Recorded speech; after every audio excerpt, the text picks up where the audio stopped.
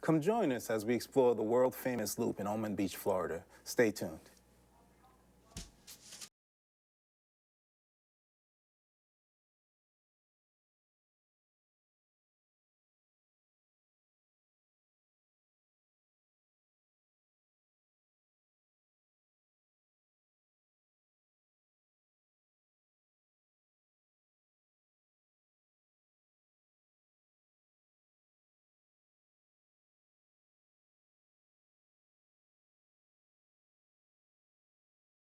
To Painting Florida.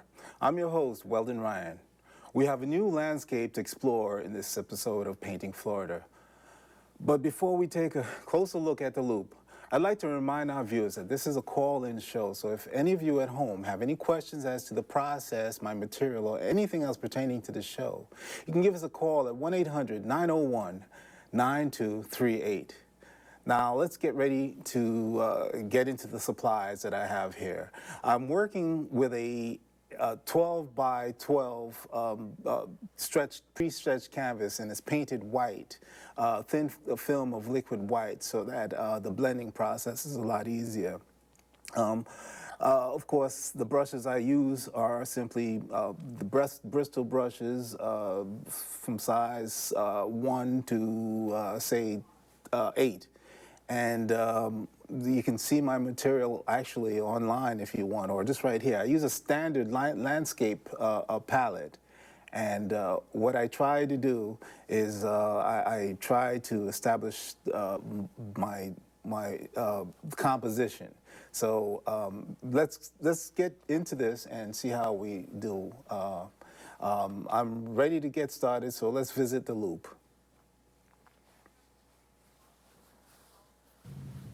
Hello, my name is Diana Simmons. I'm a past president of the Ormond Beach Historical Society, and one of the things I love most about this organization is conducting the tours that we do for the Loop, as it's known in Ormond Beach. Now, it's been called the Loop for a number of years, but it was not until the late 1900s that it came to be endangered of being developed. So a group was put together in the city, and by the year 2007, they had applied and put the Loop onto the Florida and National Scenic Highway Tour. My friend and I, Joyce Benedict, enjoy these bus tours, and we're going to share some stories of some of the favorite spots that people love.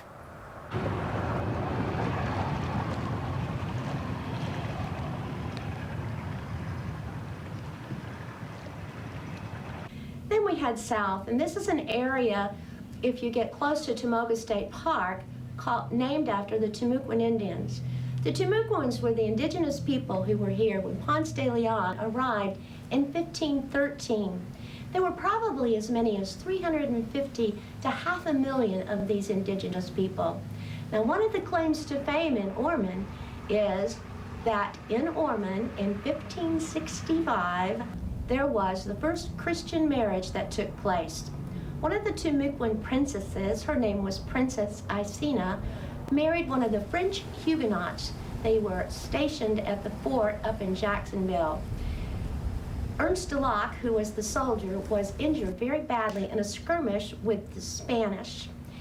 His people took him to the Timucuan Indians, and as he was staying there and healing, he and Princess Icena fell in love. So Ormond Beach has the claim to fame of the first Christian marriage in North America.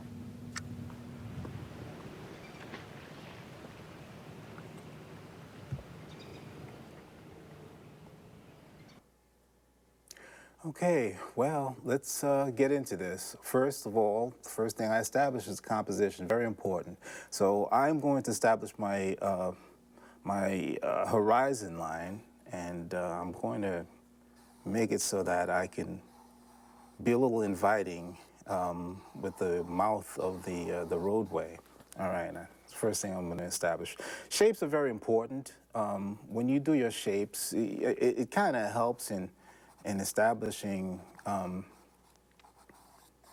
how you go about your paint. It's a plan. You set your plan.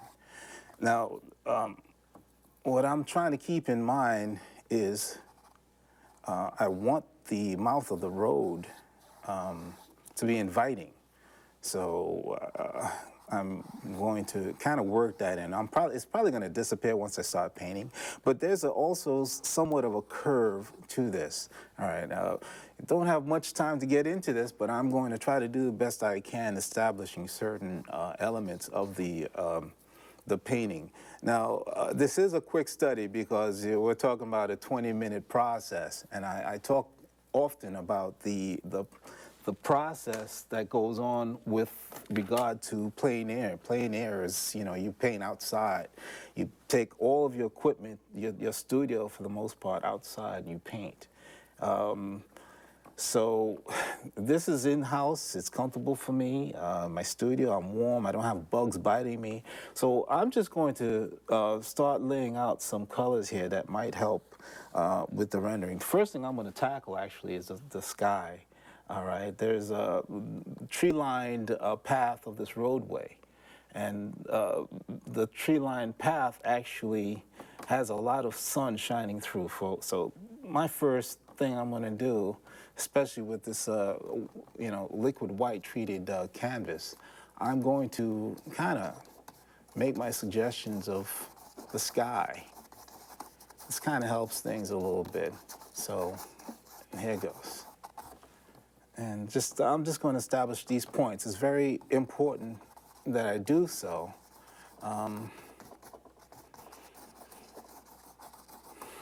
Okay, just using a little blender. I didn't think I'd be using a blender today because,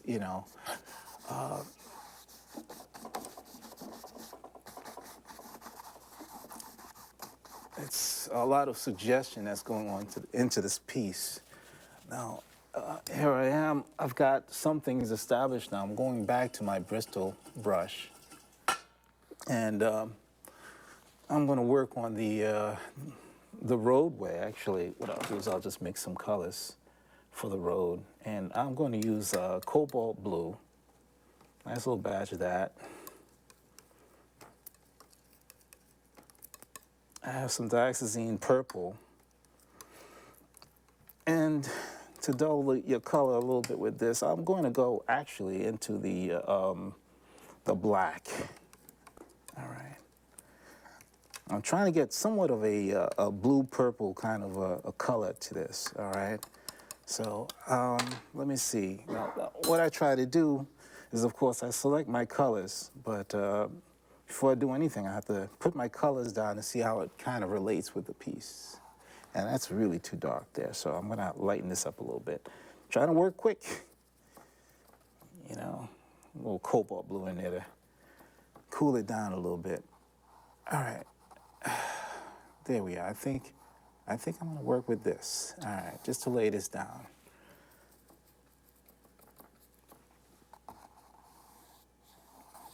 This is a very quick study, so those of you who are into plein air work, you kind of understand where I'm coming from with the speed that it takes to capture a lot of elements before they change.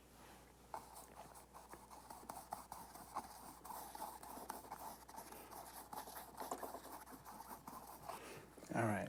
Now, I like to put down all my elements first before I get into any of the real nitty-gritty.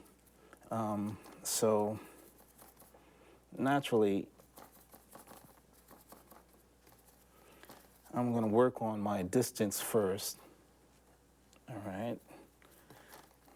Being that we're talking about distance, you have to try to create the feel of perspective. You have to have the right perspective. So, all right, I'm working on the images in the background, just lightening up the greens a bit. Okay, now I'm going to get into some of the hooker green and some sap green mixed together, and I'm going to put a little bit of the burnt umber in there. Got to make a big batch because it's for a lot of coverage. Now, if you notice, I'm working on a small canvas. I tried the large canvas. I played around with the a smaller canvas, and I've decided that when you're outdoors and you're trying to do things really quick, sometimes the best thing to do is do it in a smaller size. Now, if you're doing the plein air work, the situation with the plein air is that your environment changes rapidly. So you really have to be understanding of that notion that things will change in a heartbeat. So I'm trying to, this is kind of like a primer for me for my plein air work that I do on occasion.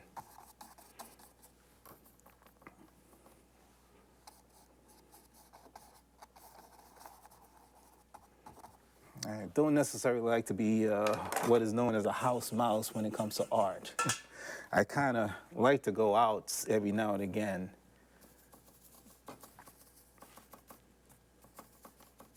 Okay, now the side of the road is another part of the elements that I have to bring together. And to break the road up a little bit, I'm going to use a little bit of the burnt sienna and Venetian red. Venetian red is very strong. Sometimes I put too much in there and I have to tone it down some. Normally, red you tone down with greens, the complementary color, but in this case, I'm going to do the best I can.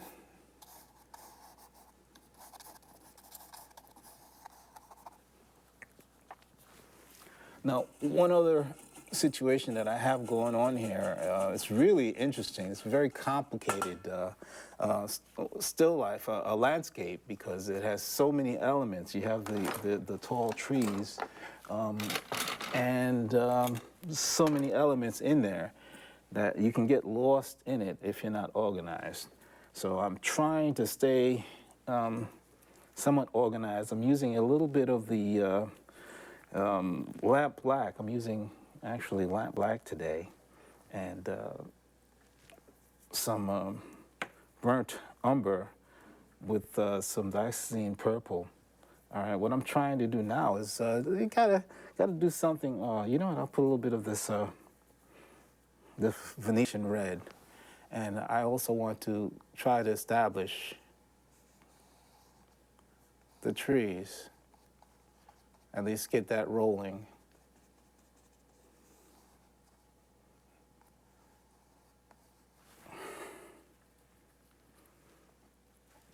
You know, in art school, I was always told that it's important to have good reference. And with good reference, you're guaranteed of having success. So this time around, you know, it's very good reference today. It's just that, you know, I wish I had the time to go along with it. All right.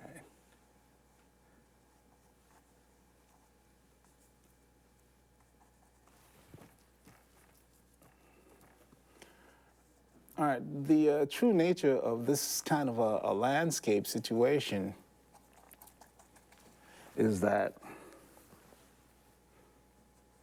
there's so many elements to put down at such a short time. It does get difficult.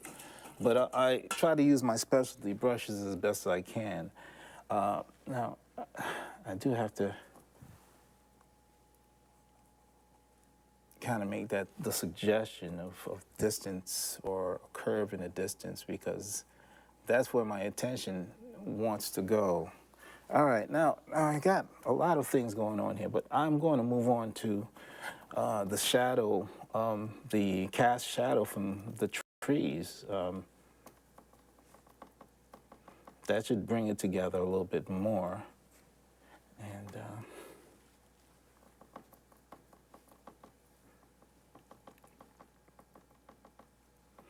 now the coolness of the shadows stemming from the trees on the roadway.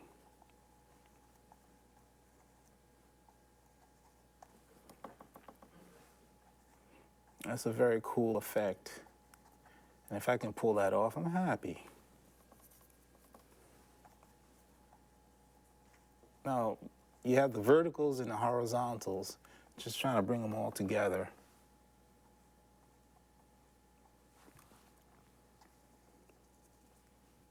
It just makes for an interesting composition. And that's what I mean when I say there's so many elements to this piece to bring together.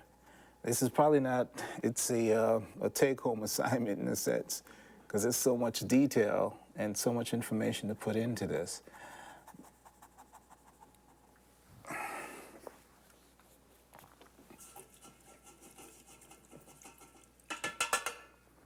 Now, what brings a landscape together is the contrast of the lights and the darks. I'm going to use, I'm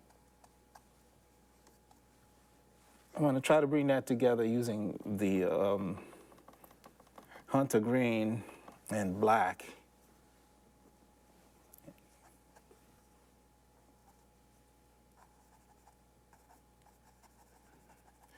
Yeah, you know, I've got a call from Sally from Palm Coast. Sally, go ahead. Yes, hello. Hi. Mr. Ryan. Hi. Such a wonderful job there. It's beautiful. I'm just wondering where you get this technique from. Well, you know, Okay. it's academic. It's academia. You know, you start off going to art school. You do your studies with all kinds of outdoor activities with your class. You know, you have great professors, and you know, it's really from there. And then from there, from that point on, you teach yourself a lot of the painting that you do. It's about practice.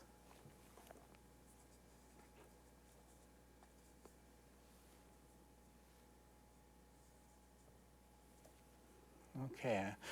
There's a lot of branches coming out, and I'm trying to put it all together, at least to a point where you can readily see it. I'm probably...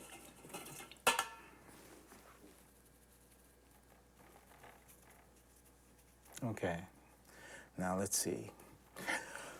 Well, this painting is shaping up quite nicely, but it sounds too quiet in here. So let's check out our guests and see if any more have arrived. Hi, my name is Joyce Benedict, and I'm a volunteer for the Ormond Beach Historical Society. And I'm a bus tour guide, among other things, and I want to tell you a little bit about our bus tour loop, as Diana started out with. We have a great history here. When you take the loop tour, you will be absolutely amazed at what you'll learn. And even if you don't remember all the dates and all that wonderful detailed stuff, I hope you remember the local history, and hope you have a good time on this trip.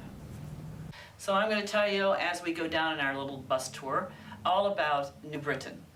It's really an interesting setup. The town colony was very, very isolated. You're talking 1870s, 1880. There was only maybe 50, 60 people in this whole entire town. The town was called New Britain, named after where they came from. But then it changed around 1880, April, to be exact.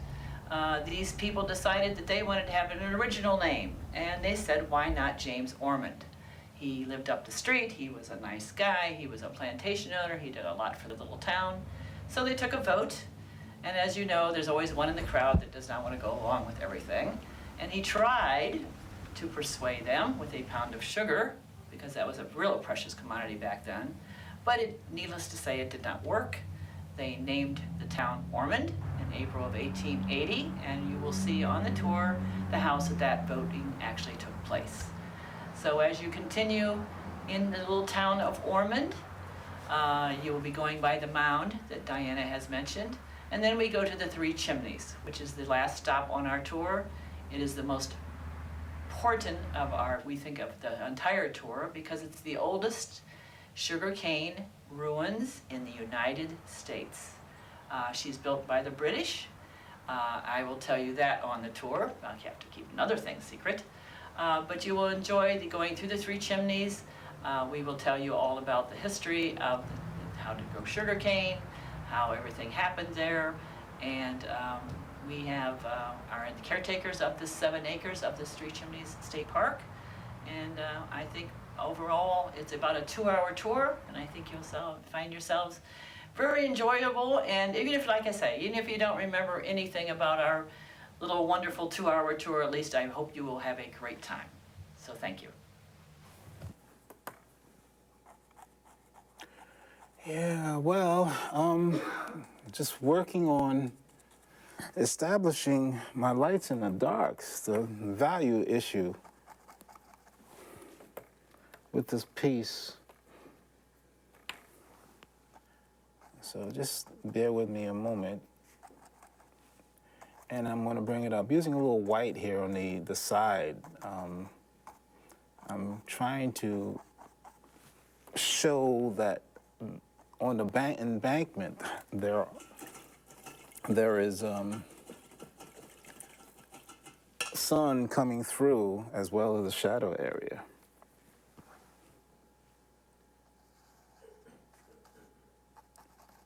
But there's also a textual situation here that I'm trying to implement in the piece. So sometimes you take a little bit of, it takes a little bit of guesswork to get the right value to show a differential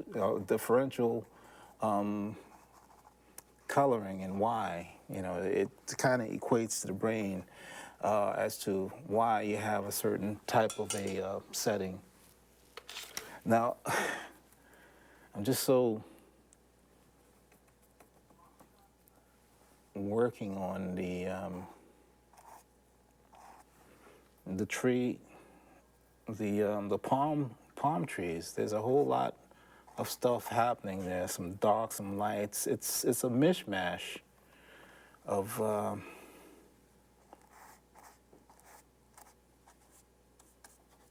different colors, greens, and different types of greens. Not to mention the shadow of the area underneath. So I have to sell this, make it look convincing. And there's a windmill effect as well with a lot of the palm leaves.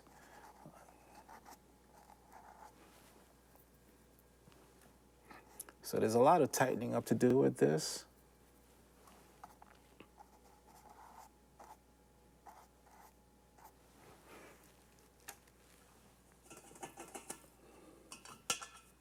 Now I'm going to mix the canopy color using some of the colors we have already established on the palette. The thing about painting and trying to keep your work in unison, so all of the whole composition, colors, and everything else in unison, you kind of sometimes have to take from what's on your palette, and that kind of helps blend things, make things work.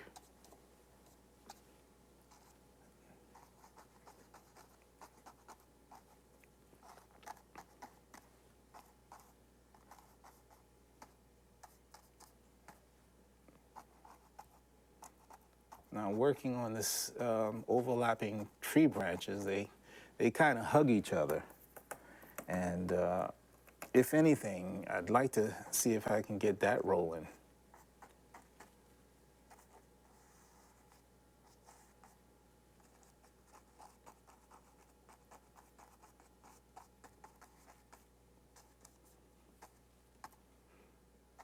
Yes, this concept of painting, it's not instant. So all of this stuff is developed over the course of time, and it'll start coming together. Right now, with a half hour, 20 minutes, it's really impossible to get that going. But the concept, highlighting concepts that people can understand, especially if you're into art, but you're afraid to go out there and do. Well, just like I said, this is sort of like a primer. So I'm going to do one thing that's going to bring things out a little bit until we see this piece when it's finished.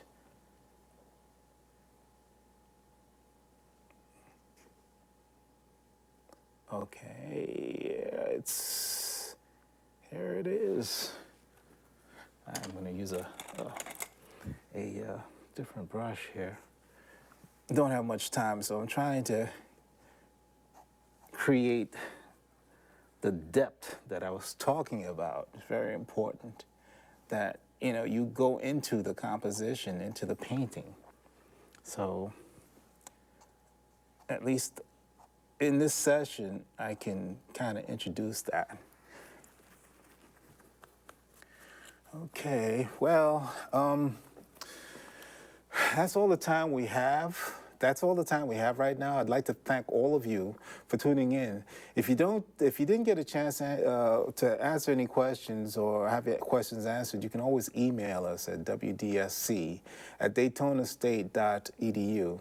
I invite you to come back next week and wander with me again as we continue painting Florida.